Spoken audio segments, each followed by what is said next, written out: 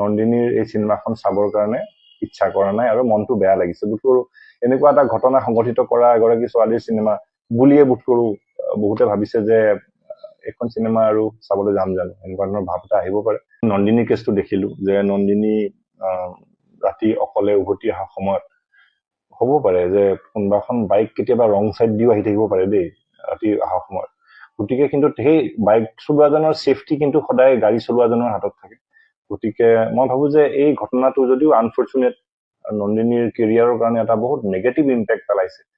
তাই বোধ কৰো আৰু সোনকালে নাটক বা থিয়েটাৰ বা চিনেমাত যিটো গ্লেমাৰ আৰ্টিষ্ট হিচাপে যিটো এটা এষ্টাব্লিছ হবলৈ গৈ আছিলে, এইটোত যেনেকুৱা এটা বিৰূপ এটা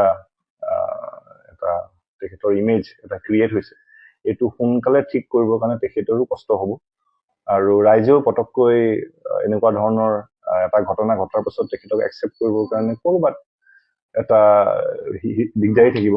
কাৰণ আজি হৈছে মই ৰুদ্ৰৰ বৃহস্পতিবাৰ, আজি 5টা সপ্তাহ সম্পূৰ্ণ হ'ল আৰু মই দেখিছো যে মংগলবাৰলৈকে যিখন চিনেমাত এটলিষ্ট 30 to 50% ভিতৰত হলত কেপাচিটি আছিল, শুনামতে সোম আৰু মংগলবাৰে অলমষ্ট 70-80% কেপাচিটি ভৰ্তি হৈছে NCS মলৰ যিটো আইনক্স আছে।